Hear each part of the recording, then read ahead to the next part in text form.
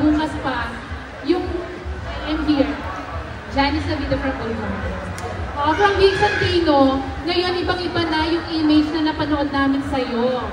Parang pang ano na, pang sexy star ng Saijan na yun. Grabe po yung sexy star. Grabe po yung sexy star. Salamat po.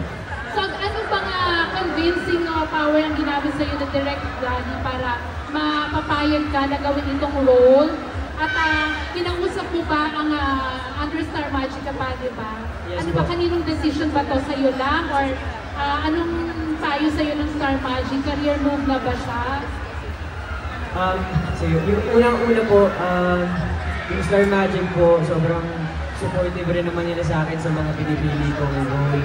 And at the end of the day, ako pa rin naman po yung pipili dahil ako yung gaganap, hindi naman sila. So, sobrang thankful po ako sa Star Magic and sa ABS din dahil hindi nila ako nililimitahan. And pangalawa po, yung nabanggit ko nga po kanina na kinabahan ako nung napanood ko yung trailer kasi hindi ko alam kung ano magiging reception ng mga tao sa akin na parang ayun nga, mukbang daw. Pero sobrang saya ko dahil nakaka-receive din ako ng mga comments na hindi ako takot mag-explore sa ibang role. And yun rin naman po talaga yung gusto ko na hindi lang, thankful ako sa nakilala nyo kung paano nyo ako nakilala pero gusto ko rin mag-try at ma-experience yung ibang roles na yan dahil iba yung pakaramdam pag nakaganap ka ng ibang karakter. Ano siya, sobrang satisfying po niya. At maraming salamat kay Direct Dali, kay Sir Chris dahil napili po nila ako na gampanan si Sol. And yun din, big step rin siya para sa akin dahil yun na, di ko talaga akalain na gagawin ko yun. And honestly, nung gagawin na namin yung eksena, hindi talaga ako mapakali as in, naramdam ni Direct Dali yung bigat na sobrang hirap po kasi ng eksena talaga para sa akin dahil syema, mabubulong ko ba to?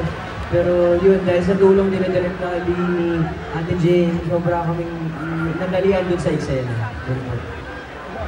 Yung follow-up question ka, Saijan, kasi for you to do that role, I'd like to ask, and I'm curious, kung in real life ba, na in love na rin si Saijan? Oo naman po, syempre naman. Parang sa edad ko naman na to, napagdaanan ko na rin naman na yun.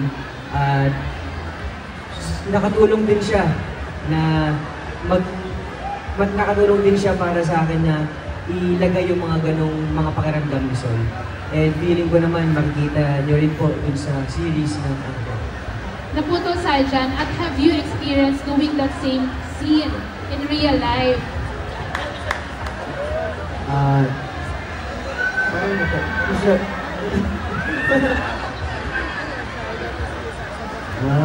siguro po ang masasabi ko lang is marunong po ako umalik. Yun lang po. Yun lang po. Sorry po. Tama po ba? Marunong siya. Yun po, pero hindi ko po masabi na nagawa ko na siya in real life. Yeah, thank you very much. Salamat po, salamat. Thank you very much. We have time for one more question. And hello, question to for Jane. Jane, nabanggit mo kanina na this is one of your dream projects.